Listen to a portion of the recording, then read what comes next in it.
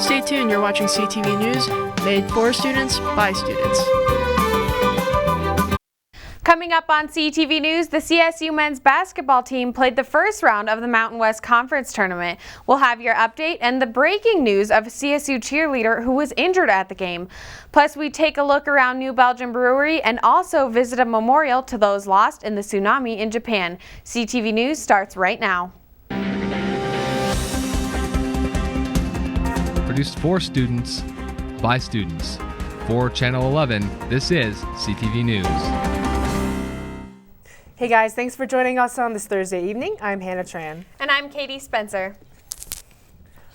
We're now joined by our sports anchor, Reno Boyd. Reno, the men's basketball team advanced to the second round of the conference tournament tonight and will face San Diego State in this tournament. What does this do for the Rams' chance at dancing? Well, this was an absolutely huge game. Before, we were kind of on the bubble. We were kind of in the dance. And with that win, most people have us getting into the tournament now. So it was definitely a huge win for the Rams. Yeah, it was a fun game to watch. And now we're taking on a SDSU in the next round. And what are the keys to winning that? I think in order to win that game, we're going to have to obviously play as well as we did tonight on the defensive end. And Pierce Horning's going to have to step up again and have an absolutely huge game, which he did tonight. All right. Well, all right, Reno, we will see you next in sports in just a few minutes. All right.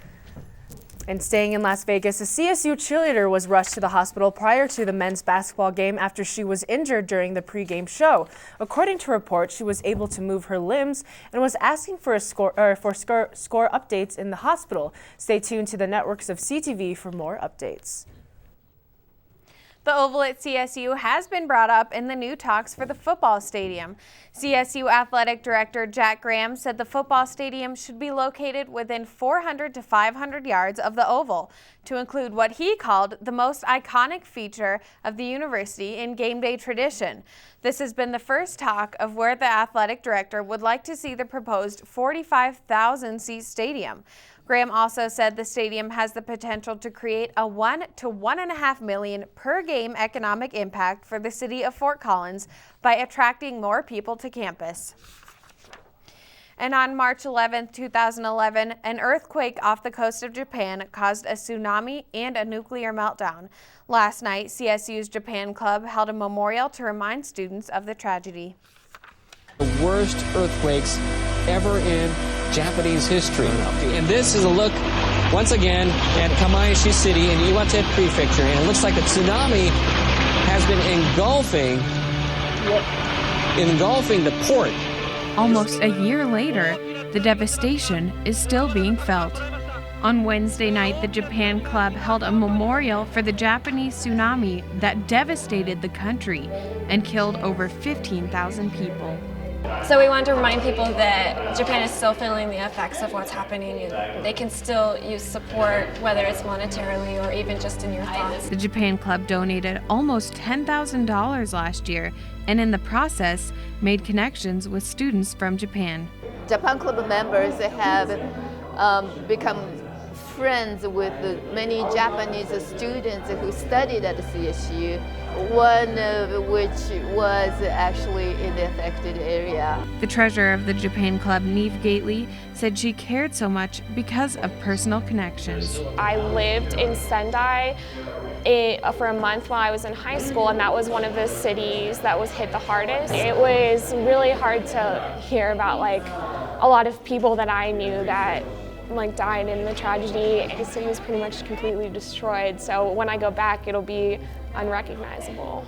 At the memorial, people wrote on paper cranes that will be hung up in the Asian Pacific Student Center to remind students to keep Japan in their thoughts.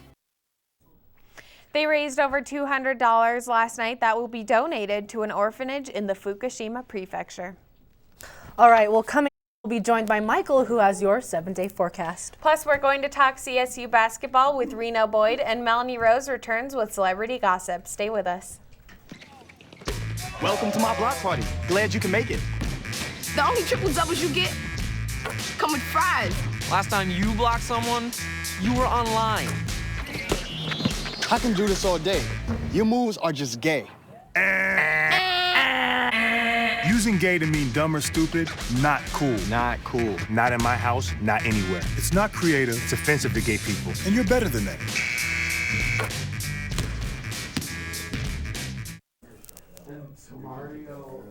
Do you love craft beer in a can? Well, to see more, you're going to see more on the shelves. New Belgium revealed their new canning line, which will increase the amount of canning volume 6-fold. The new canning facility will be able to fill 360 cans per minute, whereas the old canning line was able to fill only 60 cans per minute. The popularity of craft beer in cans has caused the change for the new equipment and will help New Belgium in supplying for this demand in craft in a can. All right, so ASAP is known for hosting a multitude of events, including hip-hop concerts and karaoke nights. But did you know that they also offer scuba diving? The Denver Aquarium was the place, and CTV reporter Wayne Stafford has the story. Nearly 24 CSU students shuttled down to the Denver Aquarium last Saturday for some underwater adventure. It was terrifying at first. It was awesome. It's really hard to realize that you can breathe underwater. I actually got to go in the shark tank and it was a blast. But the sharks weren't the only thing that students found to be their favorite. A lot of kids will say they like the turtle or, the mermaids, the big fish. A lot of people will point out a particular experience they had when, an animal actually brushed up against them. So after a few safety tips on proper scuba technique, the students, accompanied by a few mermaids, geared up and hit the water, entering a deep-sea world. And when they're done, the group will make their way down to the main floor and tour Denver Aquarium's over 780 underwater species. And not to mention over 9,000 different animals from 9 different regions across the world. So in this exhibit, we've got a lot of amazing fish and animals to look at. You can see right there the turtle kind of going after the sharks, showing them who's boss. Look at that. It's amazing how many of our guests, kids, adults alike, have never seen the ocean. So we can bring the ocean to them and teach them a lot of things they might not ever pick up. And thanks to ASAP, this trip was made possible for a cheap cost, subsidizing more than $200. To know that people are really going to enjoy themselves, that's what I want to do as an event planner, is something that the student body can enjoy and wants to do. That's why we're ASAP's here. To have fun and make new experiences while finding new life under the sea. Now, unfortunately, tickets for ASAP's next scuba adventure are all sold out, but luckily there's talk of them offering this experience again next year.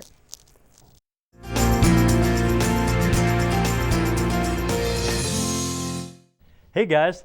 Well, it's springtime in Fort Collins. After a quick brisk episode yesterday, temperatures jumped back to the 50s this afternoon. Not a cloud in the sky, and it looks like that warm weather is not going anywhere.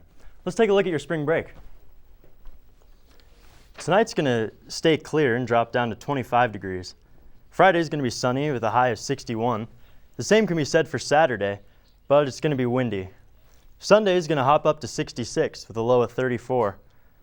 Then Monday will be 67, and Tuesday and Wednesday will be 65.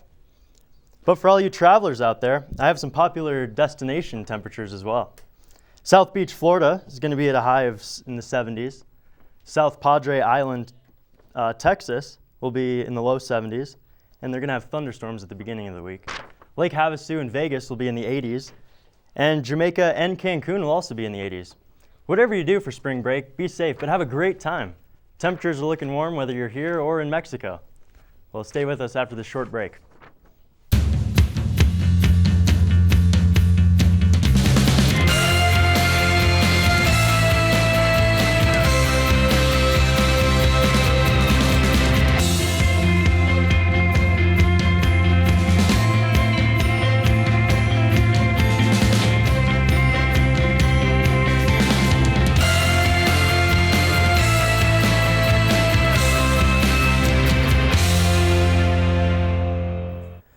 Soon, our local Fort Collins Mall will be going through much anticipated renovations. But before the mall gets bigger and newer, the mall space will shrink. Foothills Mall will be blocking off the back hallway to shrink the amount of retail space in the mall. The changes will decrease the number of empty storefronts as the mall awaits possible renovations. City officials are still discussing a redevelopment plan that could cost about $30 to $50 million. And all right, we send it now to Melanie Rose, who has your weekly celebrity update. Thanks, Hannah, and welcome back to Celebrity Countdown with yours truly, Melanie Rose, and our guest today, Ashley. How are you? Good. I'm doing good. Thank you so much for having me. Of course, no problem. Now, today I want to focus on Tim Tebow again. We talked about him last week and how he's dating Taylor Swift, and this week there's rumors that they actually asked him to be the next Bachelor. How do you feel about that? Like, could you see him being on the show? I definitely could, and I could see it attracting a lot of viewers, and the candidates that would come in to try and win his heart probably would be really different. You could get the hardcore football fans to the jersey chasers to the actual, very gorgeous girls that, really love Tim Tebow and what he's about. And like what I'm questioning right now is he's a very conservative man. I mean, it's obvious that he is, and I wonder if he was on the show, if he would actually like kiss the girls, or if he would, wait until he got really, really close to some of them and then kind of give away more of the intimate stuff, or kind of just. If he was on the show, it would be really interesting. I would watch. I wouldn't lie. I would watch. Oh yeah, and you get some of the football fans to watch too. Yeah, definitely. Well, he reported on Twitter that he is not going to be on The Bachelor, so unfortunately we won't see him in the future, but we'll see him on the field plenty. So. Oh yeah. But anyway, one more bonus story I want to talk to you about is this morning Amanda Bynes was pulled over, and when the cop was writing her ticket, she drove off. Isn't that crazy? That's ridiculous. Celebrities can pay those tickets. There's no need to run away from a ticket when, of course, and that's going to be on the news, obviously, if not the next minute, that day, of course. Oh, Amanda Bynes. All right, well, thank you so much for coming on my show today. Thank you for having me. And after this, we will have Reno with sports.